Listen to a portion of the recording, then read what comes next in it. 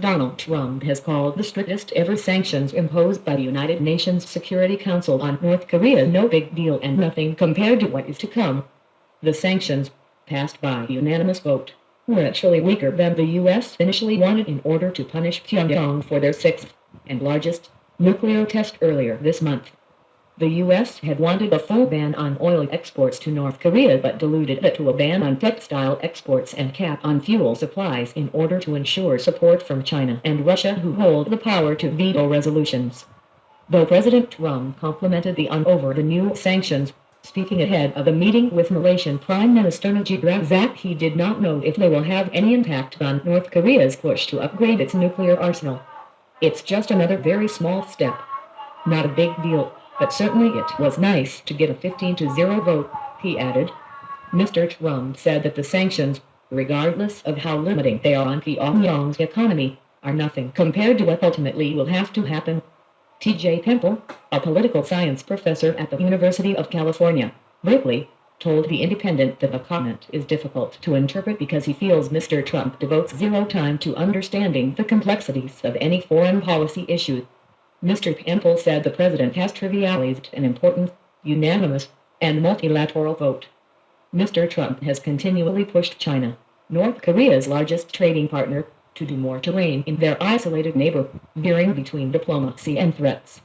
On Tuesday, U.S. Treasury Secretary Stephen Mnuchin warned China that if it did not follow through on the new sanctions, the United States would put additional sanctions on them and prevent them from accessing the U.S. and international dollar system. Meanwhile, asked if Mr. Trump was considering other actions, including cutting off Chinese banks from the U.S. financial system, White House spokeswoman Sarah Sanders said, "All options are on the table." The president has also said that he wants every country involved to step up and do more.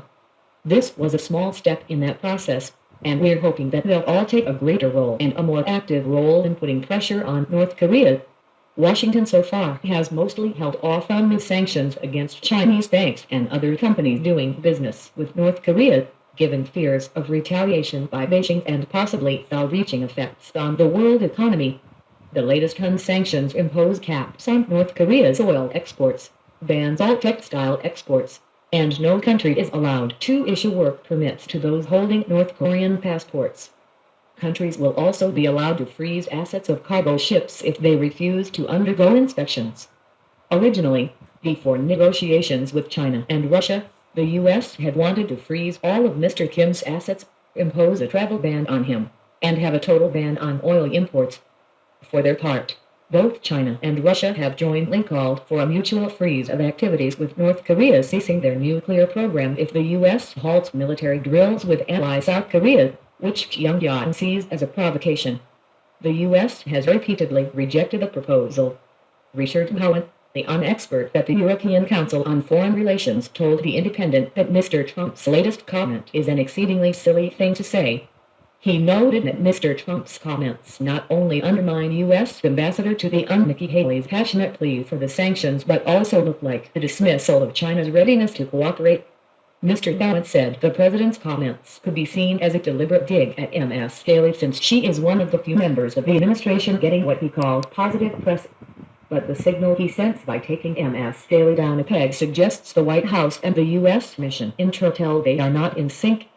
Trump is just making his diplomats' jobs harder, Mr. Cohen said. While Mr. Temple does not think sanctions alone will solve the crisis, they are a good multilateral step in the right direction. The vote came just after Ms. Haley claimed that Pyongyang and its mercurial leader Kim Jong-un were begging for war. She noted that though the U.S. did not want to use its military, its patience is running thin. The time has come to exhaust diplomatic means before it's too late, Ms. Haley said, during an emergency meeting of the UN Security Council. Ms. Haley's words are indicative of the escalating rhetoric between the U.S. and North Korea in recent months over Pyongyang's repeated flouting of restrictions on their nuclear and missile programs. The U.S. intelligence officials said they had no reason to doubt Mr. Kim and his military had developed a hydrogen bomb. The U.S. official said, however, it would take some time to complete a thorough analysis of the size of the blast and type of device detonated during the last North Korean test. In July, U.S. intelligence officials said they believed North Korea had been able to make a nuclear warhead capable of fitting on an intercontinental ballistic missile, claiming missiles would have the range to reach the U.S. Recently, Pyongyang also launched the missile over the Hokkaido island of Japan. As these tests have taken place, the two sides have traded tit-for-tat threats, with Mr. Trump saying North Korea would face fire and fury if it continued, while Pyongyang has threatened to fire rockets at the U.S. territory of Guam. The latest sanctions have proved no different, with North Korean ambassador to the United Nations, Han Tae-song, rejecting the resolution as illegal and unlawful. He also said Washington was fired up for political, economic, and military confrontation. North Korea is ready to use a form of ultimate means, Mr. Han said. The forthcoming measures will make the U.S. suffer the greatest pain it ever experienced in its history. But it is clear some on Capitol Hill want action. Frustrated legislators at a House of Representatives hearing on Tuesday called for a supercharged response to North Korea's nuclear and missile tests and said Washington should act alone if necessary to stiffen sanctions on Chinese firms and any country doing business with Pyongyang. Ted Royce, the Republican chairman of the House Foreign Affairs Committee, said time was running out and Chinese firms should be given a choice between doing business with North Korea or the United States. Mr. Trump is scheduled to speak next week at the General Assembly, as is customary for U.S. presidents. What he says may or may not cause diplomatic panic, Mr. Bowen cautioned. Thanks for watching.